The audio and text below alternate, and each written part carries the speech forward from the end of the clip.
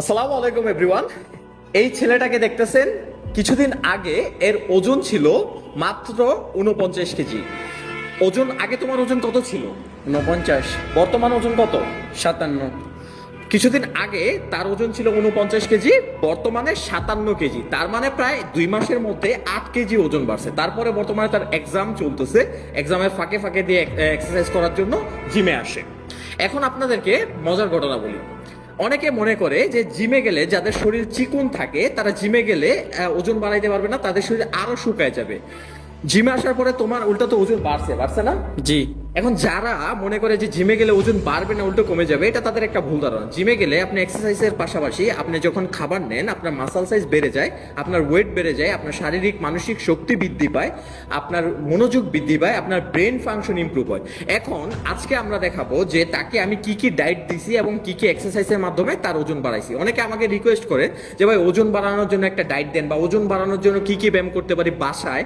আজকের ভিডিওতে আমি আপনাদের থেকে দেখাবো যে 8-10 কেজি যারা ওজন বাড়াইতে চান তারা 2-3 মাসের মধ্যে কি কি এক্সারসাইজ করতে পারেন, কি কি ডায়েট করতে পারেন। তো ভিডিওটা দুইটা পার্টে হবে। প্রথম পার্টে হবে ডায়েট, দ্বিতীয় পার্টে হবে হচ্ছে এক্সারসাইজ। তো আজকের ভিডিও আমাদের হবে এক্সারসাইজ। প্রথমে আপনি শুরু করবেন এই যে শোল্ডার রোটেট দিয়ে, এভাবে শোল্ডারকে ভালো করে রোটেট করে নেবেন যাতে আপনার পরবর্তীতে ইনজুরি হওয়ার সম্ভাবনা কমে যায়। এরপরে আপনি চেস্টকে ভালো করে ফ্লাই করে চেস্ট মাসল অ্যাক্টিভেট করে নেবেন এবং ব্লাড ফ্লো চালু করে দেবেন। এরপরে হচ্ছে শোল্ডার মাসলের জন্য শোল্ডার সাইড রাইজ। এতে আপনারা দুই সাইডে হাতের মধ্যে কিছুটা ওয়েট নিয়ে নিতে পারেন, যেহেতু একদম বিগিনার তাই ওয়েট নেওয়ার দরকার নেই। খালি হাতে 20 রেপিটেশন করে, এখানে যা যা এক্সারসাইজ দেখাচ্ছি প্রত্যেকটা 15 থেকে 20 রেপিটেশন করে 2 থেকে 3 সেট করেন। এবং পুশ আপ থেকে আপনার ব্যায়াম শুরু।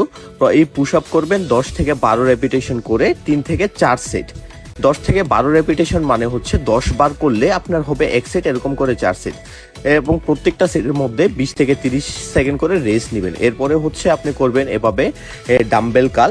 ডাম্বেল অনেকের বাসায় থাকতে পারে, না থাকলে আপনারা হেভি ওয়েট হাতের মধ্যে নিয়ে নেবেন যাতে আপনারা এরকম ডাম্বেল কাল করতে পারেন, যাদের বাসায় এরকম ডাম্বেল। এরপরে করবেন হচ্ছে হ্যামার গ্রিপে হ্যামার কাল, এবং সর্বশেষে হ্যামার কাল করার পরে আপনারা এরকম ভাবে স্কোয়াট করবেন। যারা ওয়েট নিয়ে স্কোয়াট করতে পারবেন না তারা ফ্রি স্কোয়াট করবেন। এখানে আমি ওয়েট নিয়ে দেখাচ্ছি, আপনারা চাইলে হাত খালি রেখেও এভাবে আপনারা করতে পারেন। এরপর ট্রাইসেপ মাসলকে অ্যাক্টিভেট বা ট্রাইসেপ মাসলকে বাড়ানোর জন্য আপনারা এরকম ওভারহেড ট্রাইসেপ এক্সটেনশন করতে পারেন। এরপরে শোল্ডারের জন্য আপনারা শোল্ডার মিলিটারি প্রেস করতে পারেন, যেটা আপনার শোল্ডার মাসলকে খুব ভালো অ্যাক্টিভেট করবে। এরপরে হচ্ছে আপনারা এরকম বেন্ট ওভার রো করবেন, যেটা ব্যাগের জন্য ওভারঅল একটা ভালো এক্সারসাইজ। সো এই এক্সারসাইজগুলো আপাতত বেসিক এক্সারসাইজ, এই কয়েকটা এক্সারসাইজ করেন। এর পরবর্তীতে আমি নেক্সট একটা ডিটেল ভিডিও দিয়ে দিব আপনারা বাসায় কি কি ব্যায়াম করতে পারেন সিরিজ আকারে। এর জন্য আমার ইউটিউব চ্যানেলটাকে সাবস্ক্রাইব করে রাখেন।